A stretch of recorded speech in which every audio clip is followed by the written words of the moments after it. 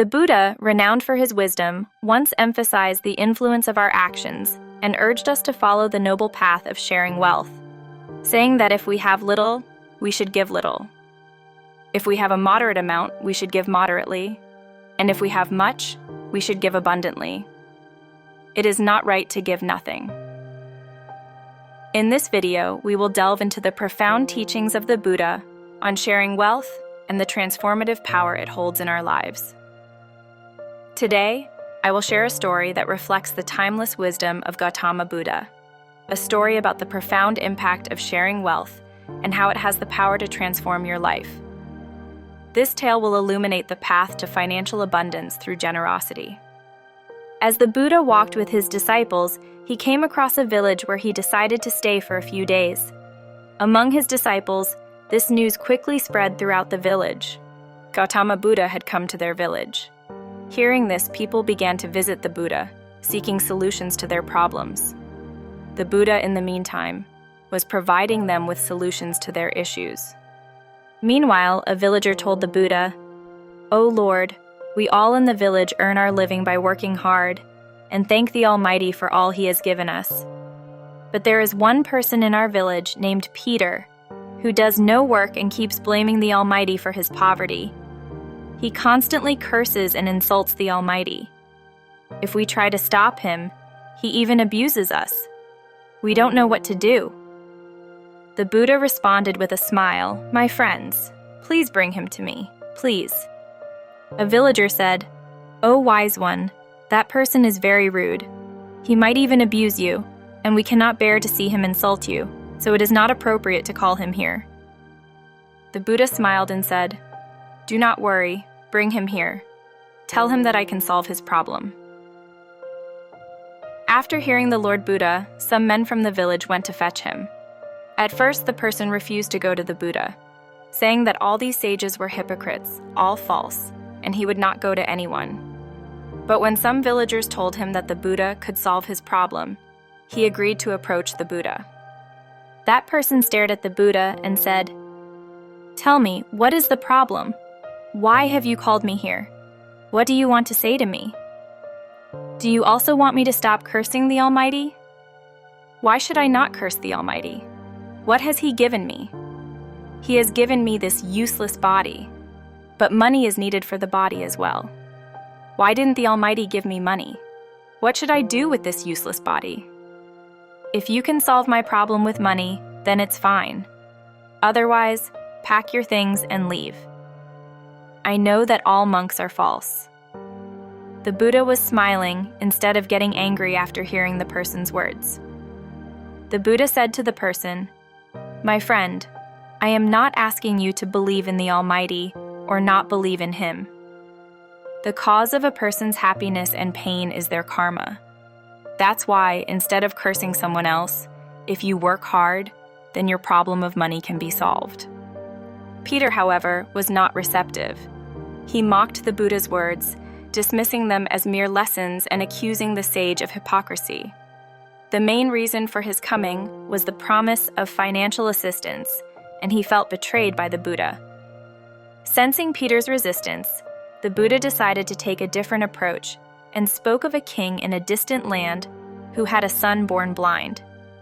The king's advisors believed that the eyes of a living person could cure the prince's blindness.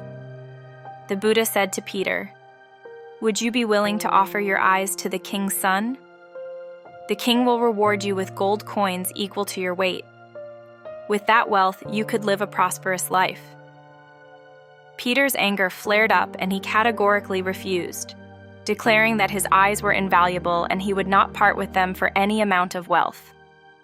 The Buddha then made a more modest request, asking if Peter would be willing to donate one of his eyes in exchange for a substantial reward from the king. Peter's response remained firm. He would not give up even one eye, regardless of the riches offered. At this point, the Buddha gently observed that he had called his body useless, but now referred to his eyes as invaluable. Consider this: your eyes are just a fraction of your body. If your eyes are truly invaluable, can your body be considered completely useless? These words struck a chord within Peter, A realization dawned on him like a ray of sunshine piercing through the darkest clouds.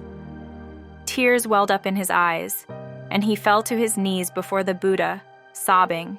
The Buddha, with infinite compassion, lifted Peter and said, "Dear friend, nature has granted us this precious gift, our human body. We often overlook its value, cursing ourselves for what we lack. But today, you have recognized the value of your eyes. Remember that. Everything we receive freely is often the most precious of all. We must be grateful for this precious gift of life." At that moment, a transformation took place in Peter. He shed his cloak of bitterness and embraced the profound wisdom imparted by Gautama Buddha.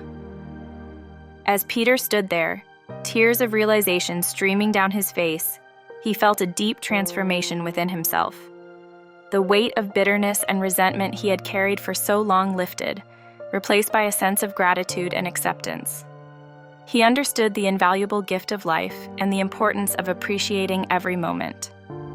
From that day on, Peter became a beacon of positivity and generosity in the village. Not only did he work diligently to improve his own life, but he also extended a helping hand to those in need. His actions embodied the Buddhist teaching that true wealth is not measured in material possessions, but in the richness of the heart and the willingness to share with others.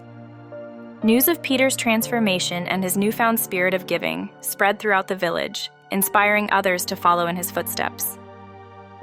The community, once divided and troubled, began to thrive united by the principles of compassion and gratitude. Thus, the story of Peter and the teachings of Buddha became a timeless parable, reminding future generations that the path to happiness and fulfillment is not found in what we possess, but in how we share and appreciate the precious gift of life itself. Peter's journey serves as a testament to the power of inner transformation and the potential for positive change that resides within each of us. Ultimately, this story teaches us that true wealth is not found in the accumulation of riches, but in the abundance of a generous heart and the appreciation of life's most invaluable gift, the gift of being alive. If you found inspiration in this story, support us by clicking the like button, sharing it with your friends, and leaving a comment below with your thoughts or any Zen stories you'd like to hear. And for more moments of motivation and tranquility, don't forget to subscribe and activate the bell. Your engagement fuels our journey. Thank you for walking this path of wisdom and enlightenment. I wish you to live in peace forever, and look forward to seeing you here on the channel, The Secret of Samadhi.